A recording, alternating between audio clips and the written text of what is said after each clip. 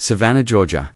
December 31st, 1842. The first scream sounded like a firecracker. Not celebration, terror.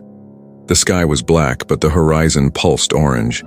Flames coiled up the columns of the Walker estate, devouring wood, glass, and history with crackling hunger. You could hear it, the hiss of dry timber splitting open, the crash of chandeliers melting into the floor, horses thrashed in their stalls, nostrils flaring, hooves splintering doors in panic. Somewhere inside, a woman sobbed.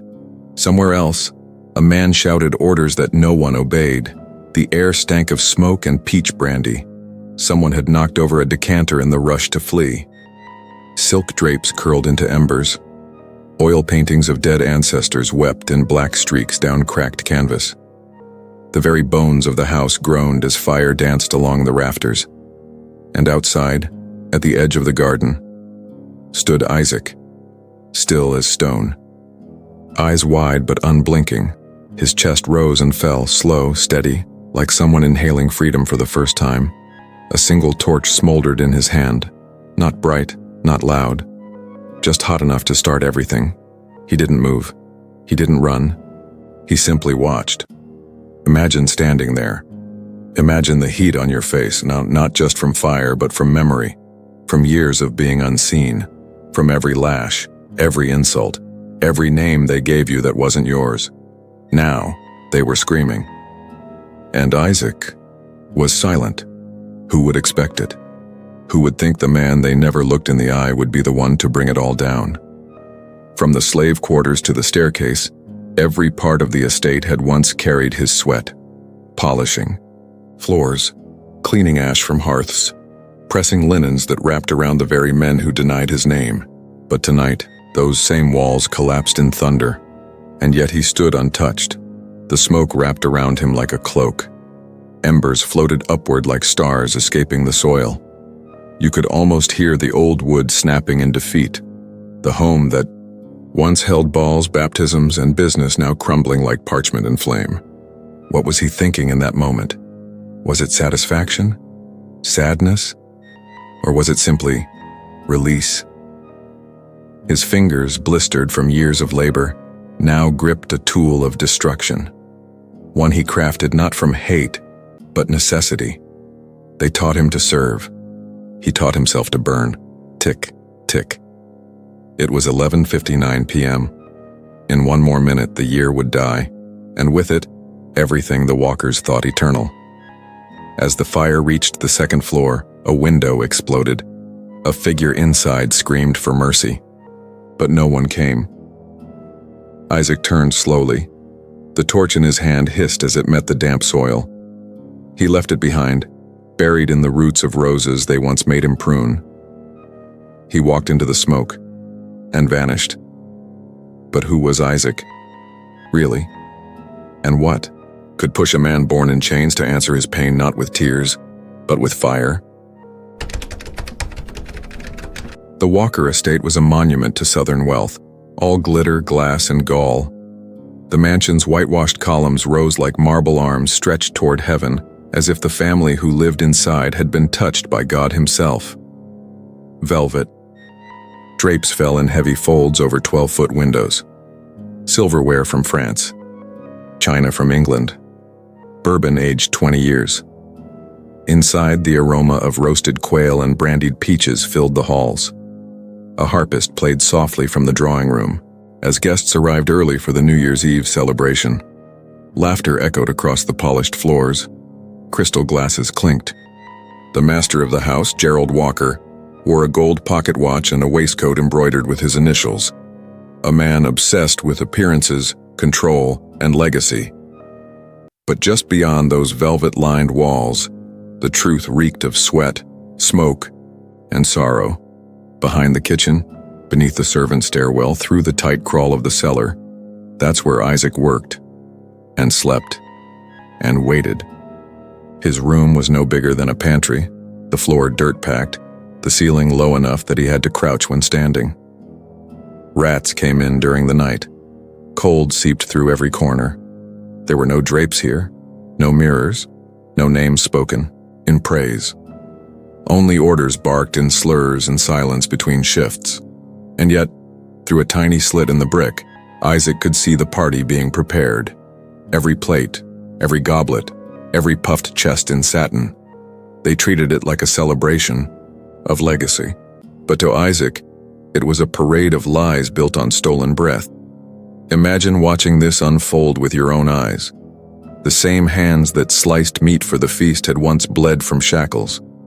The same back that carried the wine now bore scars from lashes. And no matter how many times Isaac told himself to feel nothing, rage sat beneath his ribs like coals waiting for air. But this was more than resentment. It was observation, calculation. He knew where the oil was stored. He knew when the guard changed shifts. He knew the foundation creaked loudest near the west stair, and more importantly, he knew how easy it was to turn a celebration into smoke.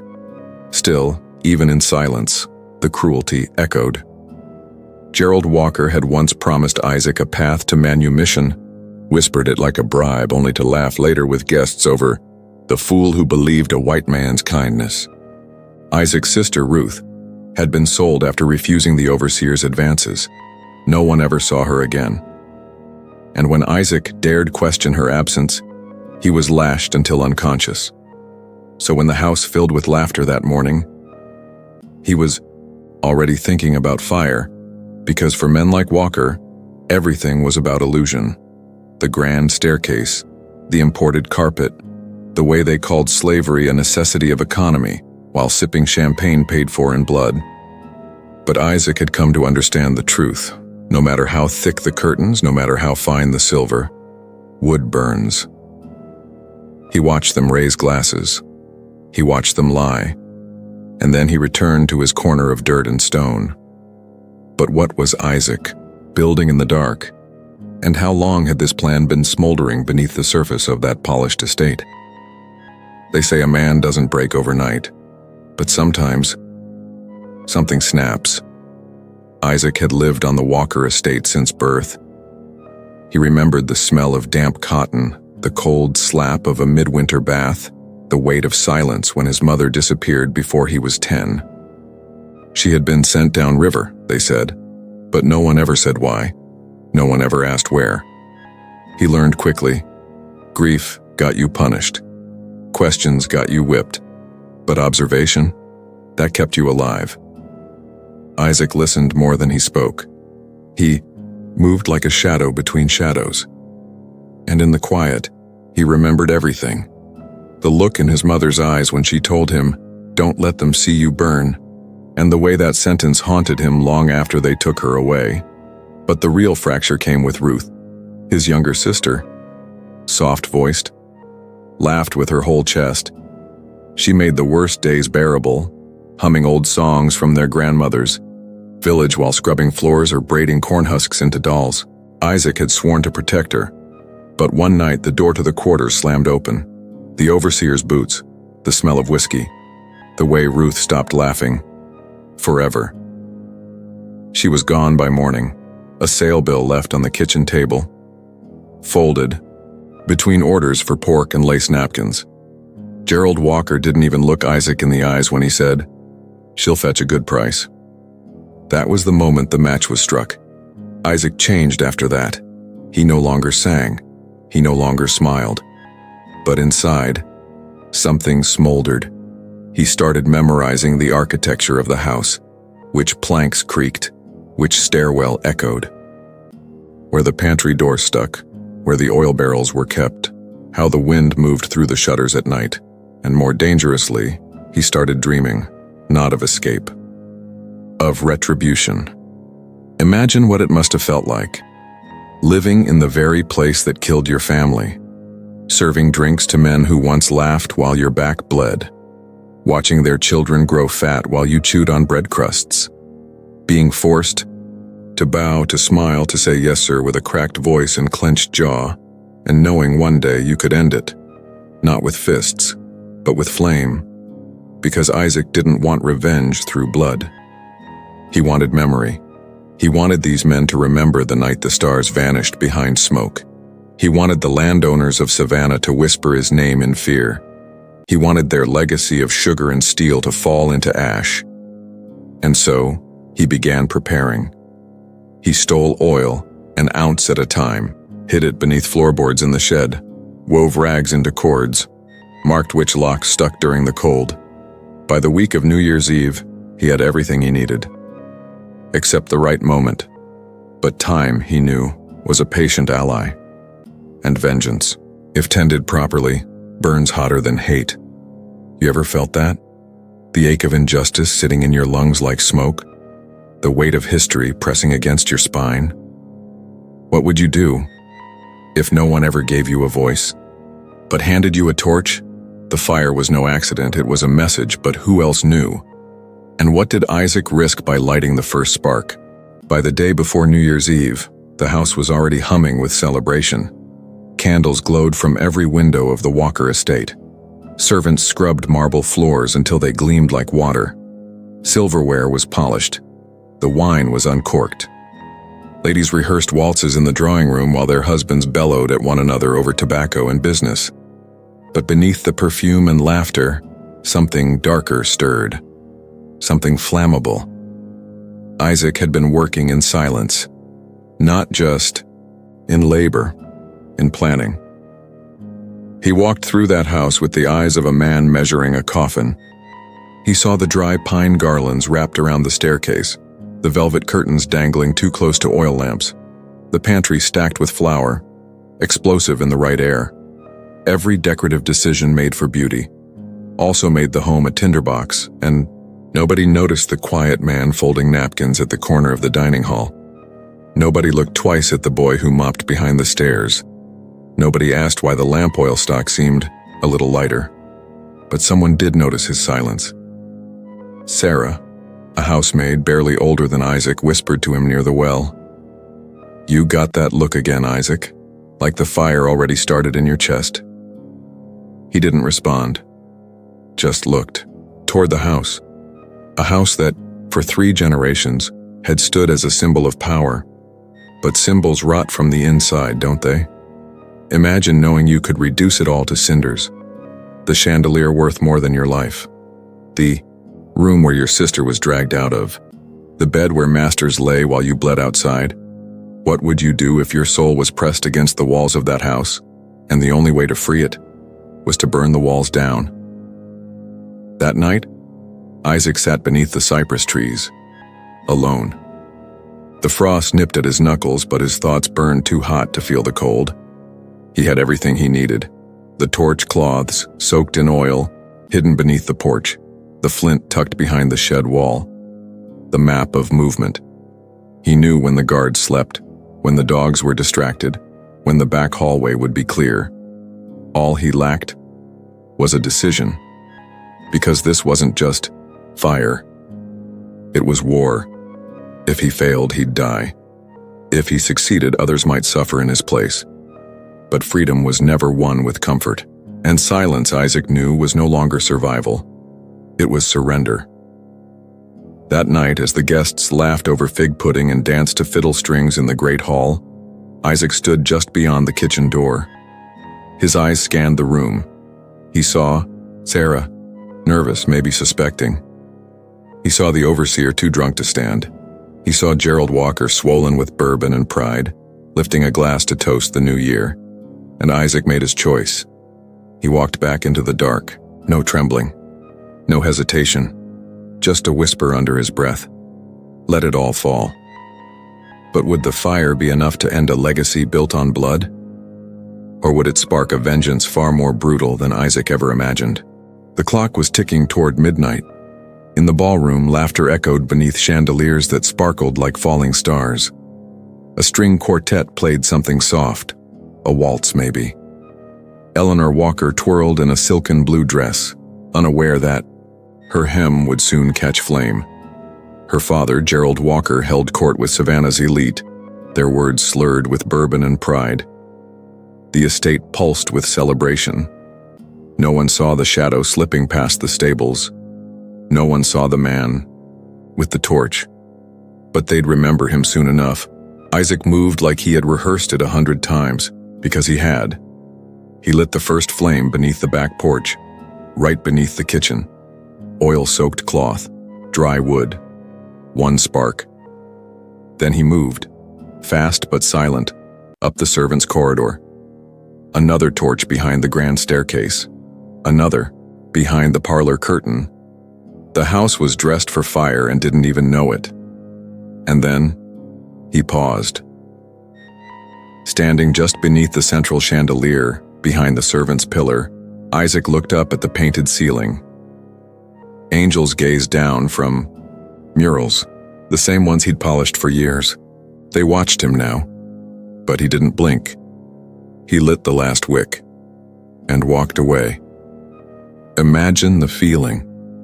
Walking away from the place that broke you, knowing it will never hurt anyone again.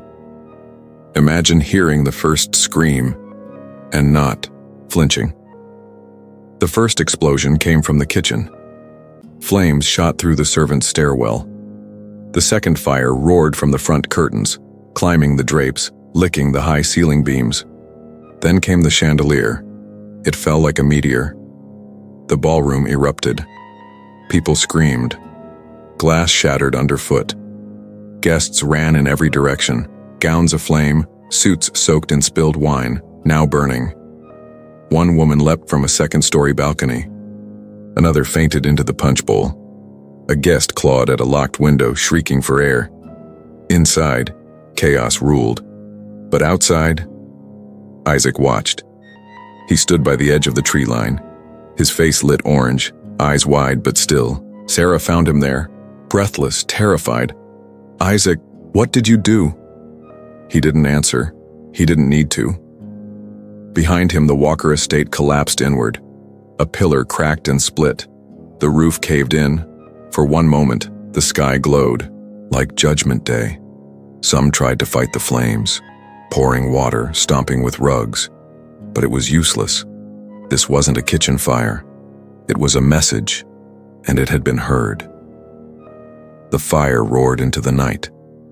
Smoke carried memories up to the stars, secrets, screams, sins, all gone, all burning, but not all who saw it would forget. What would you have done? Would you have stood in the smoke with Isaac, watching justice rise from ruin? Or would you have run back in, trying to save the house that was never yours? As the final timbers collapsed and the bell tower melted into ash, a hush fell. No more screams, no more violins, just the crackle of fire, and the breathing of two people who'd just survived history. But freedom has a price. And though the house burned, the legacy behind it would not die quietly. What came next would test Isaac in ways fire never could. Dawn came quietly, not with celebration, but with smoke. Where the Walker estate once stood, only a blackened skeleton remained. Chimneys pointed like broken fingers toward the pale sky. Ash coated the magnolia trees. The marble angel at the family plot cracked. One wing missing. A few embers still burned beneath the rubble. They hissed with every gust of cold wind, like whispers refusing to die. Isaac stood at the edge of it all, barefoot in the frost. His clothes were torn, his face smeared with soot and blood. But his eyes were clear. Sarah was beside him. She said nothing. There were no words left. They didn't celebrate the new year. They watched the ghosts rise. Imagine waking up to find the world you knew gone. The mansion, the cruelty, the chains, all turned to cinders overnight. But with freedom comes a different kind of fear. Word of the fire spread faster than smoke. By midday, slave catchers swarmed the area. Survivors pointed fingers.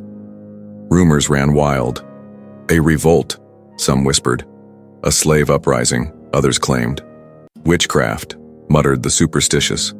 But no one could prove who struck the first match, because the house that held the evidence was gone. They searched the slave quarters. They questioned everyone. But Isaac never confessed, not even when he was beaten. Not even when they dangled the whip. He simply stared past them, at the ashes, at his work. Some say he vanished that week, smuggled north by abolitionists. Others claim he was hanged in secret, buried in an unmarked grave with no prayer, no name. There's even a story whispered among old Gullah elders that Isaac didn't die at all, that he walked still, a shadow in firelight. A breath in the smoke every New Year's Eve. Don't light no candles past midnight, they say.